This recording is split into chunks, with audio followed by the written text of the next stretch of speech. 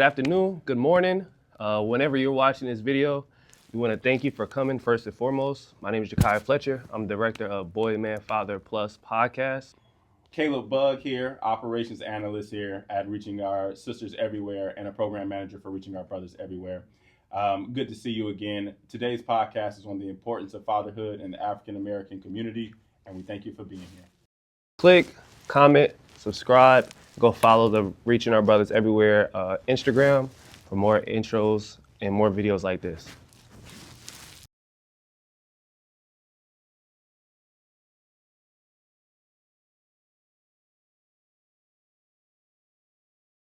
All right. Well, I am responsible for 7 children, including Izzy. They're adult children right now, but also 15 grandchildren.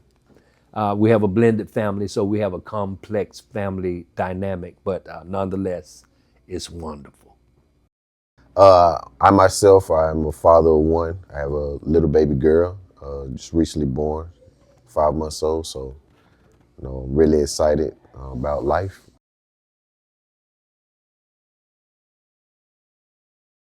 It says the image of the absent black father has been widely perpetuated, often without acknowledging the impact of slavery, Jim Crow, and mass incarceration.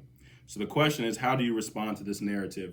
But I'll add a little bit of how do you respond as a person, and then how does maybe Robe in our programming respond to this perpetuated idea of the absent black father? Well, that's all part of the white power structure, I believe, and I've always believed this. Why would a society that has always spoke of the black man as a boy, why would they help promote and support him now as becoming a man? So they've done everything that they could historically to denigrate the African American father. And now to promote him being the protector, preparer, and provider for his family, it goes against what they began, that narrative that they began, that black men are lazy and shiftless, won't work, and liars and cheaters. It fits their narrative because it makes them look good. And we will steal their shine if they really spoke the truth. Yeah, I believe it's a fear tactic. If you keep the families divided, you take the man out the home, then it's easier to deal with and compromise, the livelihoods of children and mothers or women without a man present who are supposed to be the ones to defend and protect and take care of the family. So I feel that was a strategy, a direct attack on the family structure, especially in the black community. Awesome.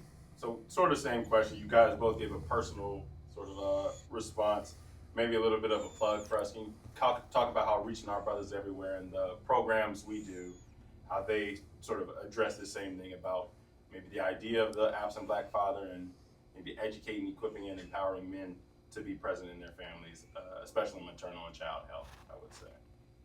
Yeah, the work that we do here at Roe, Reaching Our Brothers Everywhere, is revolutionary because we're dealing with issues that most men, especially African American men, have not really been concerned with. Reproductive rights, reproductive health, anything related to maternal and child health and child care. The man has been basically outside doing the yard work, the heavy lifting, and left the woman, his birthing person, to take care of the baby and the children. And that came again from this male-dominated white supremacist society that we assimilated to, but it doesn't really work for the black family. So we have to make sure that we're doing things that are culturally relevant instead of just trying to fit in. I believe the work that we're doing is at Robe is necessary, very necessary, because a lot of the times black men, minority men are left without the resources, to provide for their families, even the relationships that they need to provide for their families. And I feel that Reaching Our Brothers Everywhere, we do a great job of connecting the dots and and standing in place for those men who don't have the things that they need, from being educated about certain things or being in the know about certain things that's going on with themselves and their families. We want to help make men whole so that they can take care of their families and be there, be active, and be present. But it makes a man feel good when he's able to take care of those that he's responsible for and be able to provide for them. Answers, brothers. So again, this says for the father. You're both fathers, but I think this is sort of a generational question. So I think hopefully you'll have different answers. So it says for the father. Have you had to navigate barriers that made fatherhood more challenging? If so, how did you overcome them? Have you had to navigate barriers that made fatherhood more challenging? If so, how did you overcome them? These could be racial, economic, whatever. Yes, I had to overcome many barriers, both systemic and structural and individual, because a lot of individuals in these systems they have what you call bias, implicit bias. And what I found is those things that I've had to navigate, such as justice involvement, such as low to no employment, low to no education, inadequate housing. I've had to go to the system that is supposed to provide support for me in order to get the help that I needed to adequately care for my family. Again, if that's justice involvement, which 1 out of 3 black males, according to current stats, are justice involved, which it presents another barrier, another hindrance to a man being able to take care of his family, because now you have limited employment opportunities, as well as, in some instances, no employment opportunities based on your record and what crime was committed. But then we're talking also about adequate wages, or living in dignified ways. Most black males, black fathers, have been paid inadequate wages. And it's really difficult to take care of a family on some of it's really ridiculous. The systemic barriers that have been placed is so obvious. It's very obvious. And as we see every year, the gaps in employment, the gaps in wage earning between black and white households, you'll notice that it's getting wider versus narrowing. So those barriers that I've had to overcome, I'm seeing my sons and daughter have to deal with a lot of those same barriers. So as much as things change, they really remain the same. I think you hit it right on the head. One of the things I had to face as a father would definitely probably be the systemic barriers more than anything. And also the what we say be the hidden motives, the things that we can't combat because it's not right in our face. A lot of the laws we talking about from conception, pregnancy, the laws that prevent men from being in their children's lives. I know one element that I had to go through my fatherhood journey was the legitimation process, and I know a lot of men, in Georgia, or those who have, spouses or children in Georgia that were born out of wedlock. The law is, you're the biological father, but you don't have any legal rights.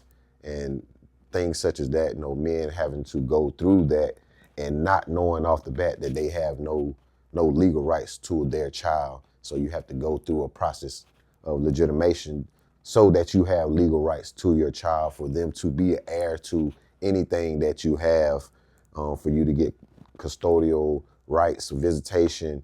That's something that you have to go through. And with some of the lives that we live, it's difficult for men to go through that process themselves. And there's also a price that comes with that process. So it's not a free service that's done for you. It's something that mothers don't have to go through.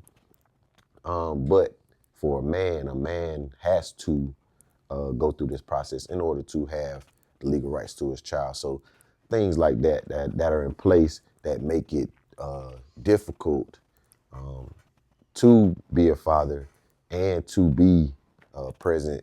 Those systemic things or barriers are some of the things I feel that we have to fight and combat and learn how to organize to combat those things.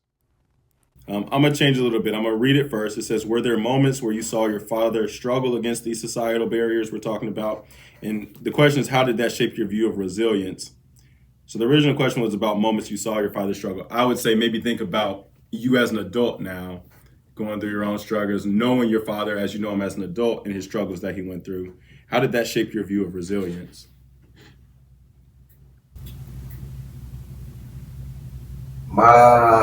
My resilience was shaped, off the back of my father. My dad went through a lot of things. He was from Albany, Georgia, so the environment he was in was a lot different than myself, because our family, him and my mother moved us to Atlanta when I was a baby. So the environment he was in Albany was a lot more ruthless. It's a small city, so we got a lot of crime going on. Children born out of wedlock. You got a lot of social determinants, to kind of navigate there. So him bringing us to Atlanta, to where he then had to establish himself, and then try to get the thing that you need: money, employment, housing, and that's on top of taking care of children already, having a blended family, and not being equipped with the things that I'm sure that he would have needed. Seeing him go through that struggle, and still be able to take care of his family and continue to fight for it, taking care of his family, being present. That built up things in me, attitude, but it helped shape some of my values. I saw him work with children whose parents were in prison, children who were in underserved populations. So that kind of built up something in me to on how I viewed others, especially those who were less fortunate than I. And then also looking at the position that myself and my siblings were in, we were in a better position than most. So that caused me to develop more of an attitude of gratitude. And I'm so happy for the man that he is, because those things that I saw when I was little that he implanted in me, he's still doing those things to this day and has gotten better at them. And I just seen myself kind of, following in his footsteps, not intentionally, but just because it just became, something that was instinctive, something that was just a part of me after watching him, go through what he went through his journey as a man and a father. Awesome. Thank you for that, Brother Izzy. All right, the next question is under the theme of fatherhood, healing, and breaking cycles. So it says, many Black fathers are actively working to heal generational wounds and redefine their roles. How have you both worked to break cycles in your family?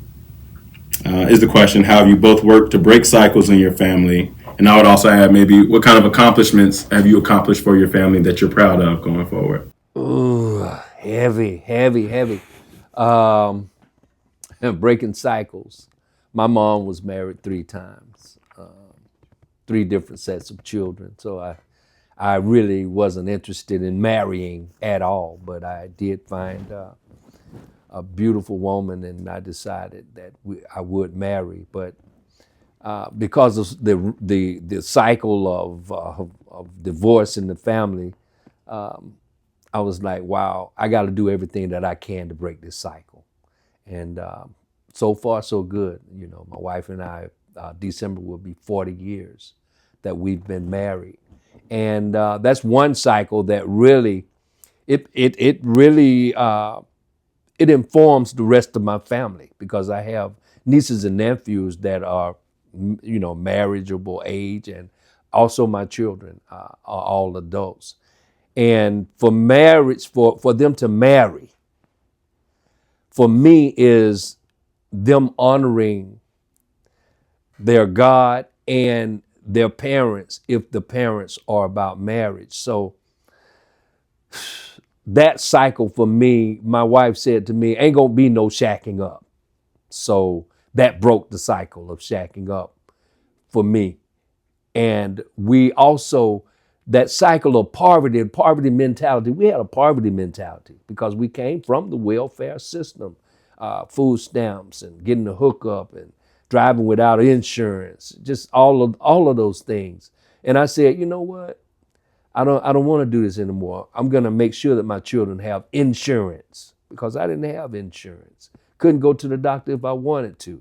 But I said, I'm going to make sure that my children have insurance. And every morning there's lunch money on the table because it wasn't always like that for me. So I had to break that cycle, and it was so good. I'll never forget the last time I had to place $1.55 every morning times 5 on the table. And my youngest son would always remind me, Dad, where's our lunch money? He would always remind me, where's the milk? And these kinds of, that poverty mentality was broken. I began to work as many jobs as I needed to work in order to make sure that my children were provided for. So I broke that poverty mentality, that welfare mentality. And there's several other, because in my family, addiction, alcoholism, drug abuse is rampant and widespread. And I just had to let my children know, listen, in my DNA, there's addictive personality. So watch it, because whatever you like, you will likely abuse it or overuse it. So those kinds of things to help break the cycle of separation. I'm doing a lot of things even today to make sure we don't return, because guess what? People will go back to what they're comfortable with when you bring in change and they're not comfortable with it. And if you don't have something to help maintain and sustain what you've introduced, then they're likely to go back to that same old lifestyle. As far as the breaking of generational curses, like my dad said, those some of the things that that were his focus and his goal of changing how our family moved, and that's how we've been moving. And I've been looking to add to that as well. Like I said, to better the generations behind us, to set traditions for what we do as family. Those are some of the things that I try to implement, as my role, as my new position as one of the eldest in the family, and being able to take care and set precedent for those under us and to come, for the future. We try to do things like travel. That's something that we weren't able to do because of finances, because of the many different things that we all had going on as in our youth. Our parents earning, and being able to put themselves in a position to take us, different places. I know one thing we always did, which I always appreciated and we look forward to during the summertime, was traveling. We would go to Orlando many times.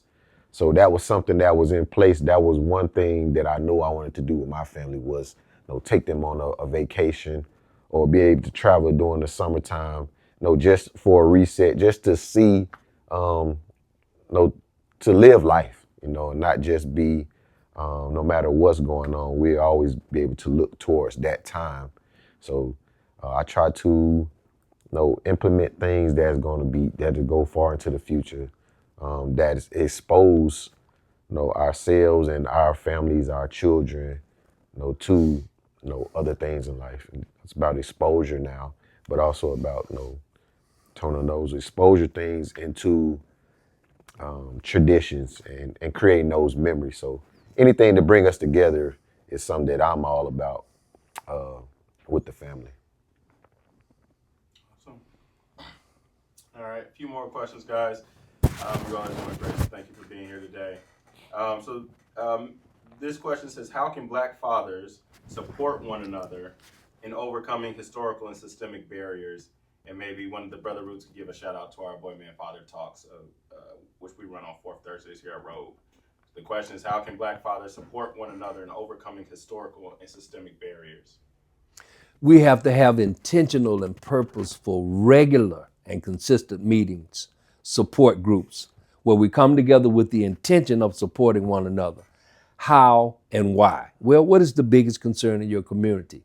We ask questions like that in our Boy Man Father Plus talks every 4th Thursday, where men come together. We historically, for the past few years, have been talking about maternal and child health related issues, but now we want to speak to the male perspective on these issues, also allowing a female to call in and get a male perspective of whatever issue that she has going on. So having support, regular and consistent support from those that you respect and those who are most like yourself.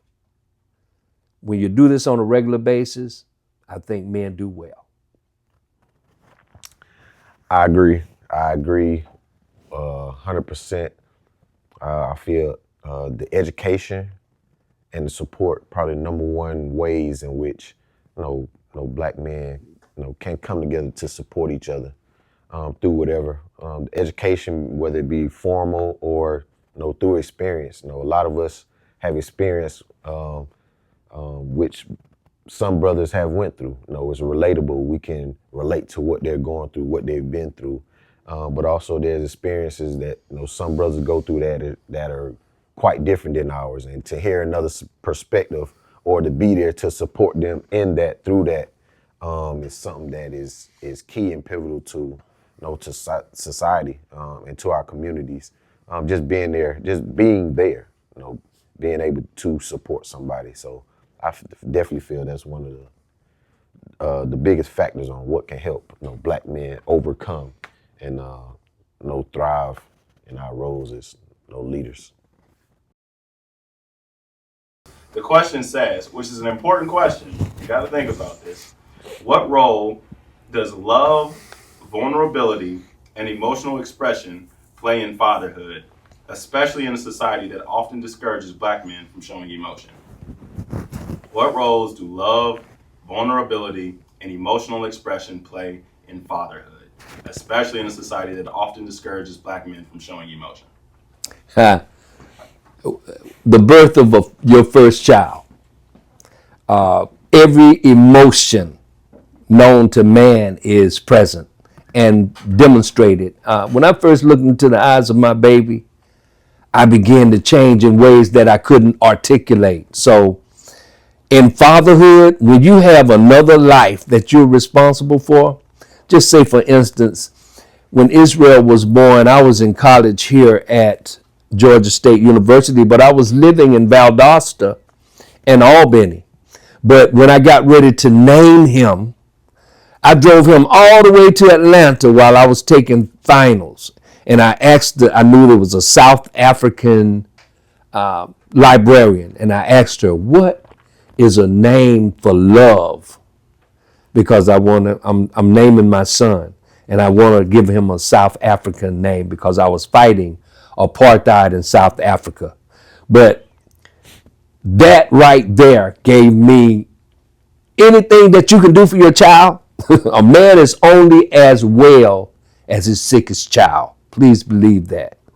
So all of those emotions, the love, the vulnerability that society has said, oh no, men don't do that. Suck it up, man up. It doesn't apply when it comes to your child. I remember when one of my sons got hurt on the football field, and every emotion known to man, those people, the stadium was crowded. They could not stop me from getting to my son on that field. And every emotion that I had to use to be able to make that happen, anger, I'm already hurting because my son is hurting. And I love him.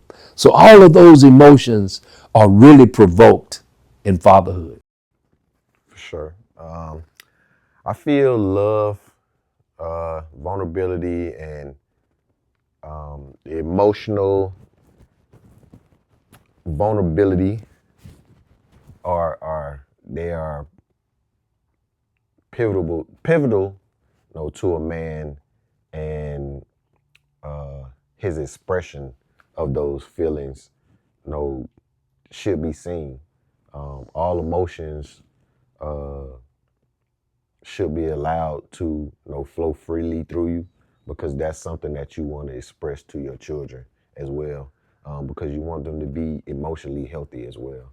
And men definitely need to exercise emotional health, because the world around us, it beats us down so much. We have so much going on that, and we try to suppress certain things to maintain an image, when letting out those emotions actually, is a cleansing. It really helps us to, kind of regulate ourselves and not feel as if we're stuffed up with anger, or we trying to work, making this money to take care of the family, but we're not able to enjoy it. So I feel like emotional intelligence is something that we definitely have to explore and transfer it to our children, to let them know that, hey, emotions is a natural part of life, a natural part of you, and you should express them freely, because it'll definitely help you. So I feel, fathers definitely, have to be there to, to express that to them children, to their children. And that vulnerability turns into forgiveness. I mean, it's, to be vulnerable when there's a lot of forgiveness involved when you have children, because they're going to transgress or make some mistakes. And you have to be there to guide and lovingly correct. That's something that I learned, especially with Izzy. Izzy was high maintenance. I mean, he was very active and I loved it, but he had to be disciplined. He had to be taught self-control, and everything he did well. But he would show you where he needed help. And then sometimes he would transgress, and I would have to forgive him, as with the rest of my children. But that whole art of forgiveness is pivotal in the fatherhood relationship with his children. It's major. Thank you, brothers. All right, let's do maybe two, like I said, actually two more, and then I'll do final thoughts. So this one says, under the theme of fatherhood and community leadership, how can communities, policymakers, and society at large better support Black fathers in being present for their families? So we got communities, policymakers, society at large. When they see an example or a model of a father who's doing well, just say, for instance, Dr. George Bubb. Incredible father, someone that I'm watching and I'm willing to support, even though he's doing better than me. I'd be willing to invest in anything that he got involved in as it relates to fatherhood, because it's such a purposeful and meaningful position. The office is the best office you'll ever hold, but it's the hardest one you'll ever hold as well. And what did I lose? I lost a little bit of that question. Society, how can it support? By regularly lending its resources to organizations that support fathers in a real and effective way. That's the way it can be done. Fathers are not receiving a lot of support right now. As a matter of fact, Georgia for years used to send back the federal dollars that were earmarked for fatherhood, because they say, we got this, but Black fathers were struggling. Those majority fathers were probably not doing as bad as the Black fathers, but Black fathers were struggling. So we need the resources regularly. Resources and systems. I feel the systems, if we create systems of care and systems based on, fatherhood, there's every type of program and initiative built towards children, taking care of children, making sure that they have this. There's supports for mothers that fathers and men aren't privy to as well, or it's not as easy for the men who are in the same position of a woman who may be taking care of a child. Though it's harder for men to get those resources. So I think if we have more systems that are put in place supporting males, fathers on being better, for themselves and also for their families, I really think that'll help shift the narrative, but also, you know, make it a little easier for men to want to be a part of their children's lives, because a lot of them see it like you said, it's a heavy lift. Fatherhood is not easy. And so when you don't have the things that you need in order to stand up and take care of your child, your spouse, your family, you find illegal ways or you run away. And so I think if we can help the men by creating systems that alleviate those problems of them running away or not being able to provide for their families the things they need, clothing, shelter, good jobs, I think those systems, those resources are the keys to us being in a better position as fathers in the Black communities. All right, guys, we have made it to the end, so this is our last question. As I'm done with a few of these questions, I'm going to ask it. I'm going to read it as it's given, but then I'm going to add a little bit to it. So the question is kind of a usual final question. If you could give one piece of advice to young Black fathers or sons growing up in today's America, what would it be? For maybe both of you, but at least for Brother Carl Root, we have an author in the room, Brother Carl Root, who wrote a book called Boy, Man, Father, and he instituted it here at Reaching Our Brothers Everywhere. This podcast you're watching is called the Boy, Man, Father Plus podcast, and we also have the Boy, Man, Father Plus Talks as a support group that Brother Root mentioned. So the question again was about giving one piece of advice to young Black fathers and boys growing up in America. But I would say, as the same question, what does responsible boyhood, responsible manhood, and responsible fatherhood look like in today's America for Black boys and Black fathers? I'm glad you asked. That's a really good question. There's levels to it. As we mentioned, boy, man, father. A boy, what is a boy supposed to do? A boy is to be taken care of. So basically, he just needs to obey his parents. Then a man, of course, a man is supposed to be able to take care of himself, okay? And a father, not only is he supposed to be able to take care of himself, but someone else. These are the levels to it. Now, for young men, I'd like to say to them, don't make a temporary situation permanent, like I tried to do. I always thought I was going to be gang banging and trapping and womanizing and all of those negative things that attracted my basis nature before I became a little bit more developed and mature as an adult male. But I attempted to make temporary things permanent. Can't do that, because there are ebbs and flows to life. And what we have to remember, that you may be a drug dealer today, but after a few changes and some good mentoring and some good programming, who knows? You might even become president. We got one now with 34 felonies. But let me just remind you that in making sure that you keep the temporary things temporary, don't make them permanent, because had I made my life permanent when I was a younger man, I probably would be dead or in prison. So remember that. Don't make a temporary situation permanent. There's levels to boy, man, father. There's also levels to life. Remember that. One piece of advice I could give to young brothers, boys, men, fathers, is love yours. Like, love you for one, and love yours. What do you call your family? Those, who you depend on, who you support, who support you. Make sure that you are taking care of that. Harvest. That you're sowing into your family. You know, it's whether it's the time, money, everything that they need. Try to be that. Take it as a challenge.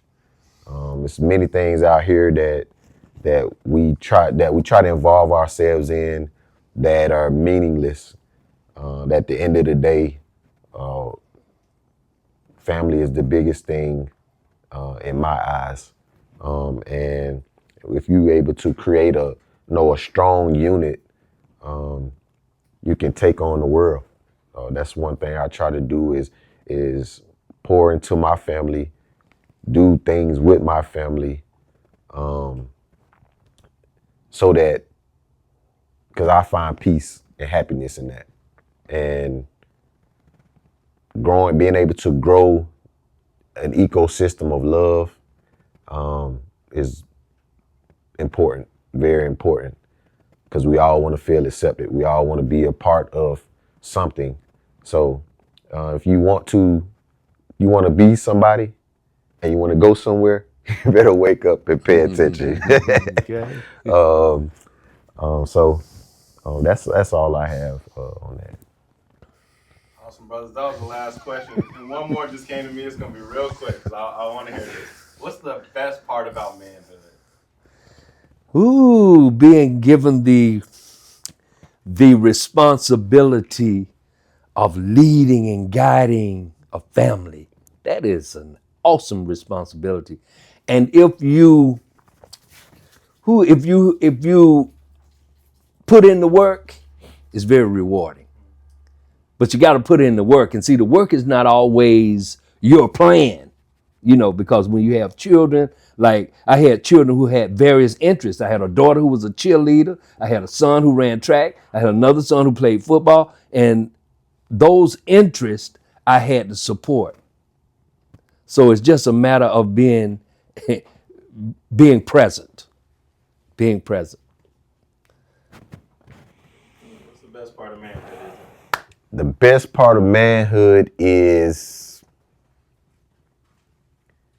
being able to create a life that you want. Being able to do whatever you want. So, and even to your fit, Dad, when you said, being able to be responsible for somebody else, have a family, build your family. I take the same kind of joy in my daughter, and even my nieces and nephews, because I pour a lot of love into them and I try to teach them, as best I can at every moment, so that they're better than their best. I always want them to be their best selves, and to continue to get better. Even at a baby's age, just knowing that you can shape and mold them to, and support them in being whatever they want to be. That is just something that's mind blowing to me, and I enjoy, being able to shape and mold my daughter in different ways, but also being able to support my family in their endeavors, the things that they want to do. So, pretty much, like I said, creating that ecosystem of, of love, but also being able to, pour into, shape, mold, and create a life that, we can be proud of and be happy, to live. So it's all about, like I said, love yours and thriving. But Amazing. Thank you, brothers. Yes, sir. Sounds good. We are done. All right.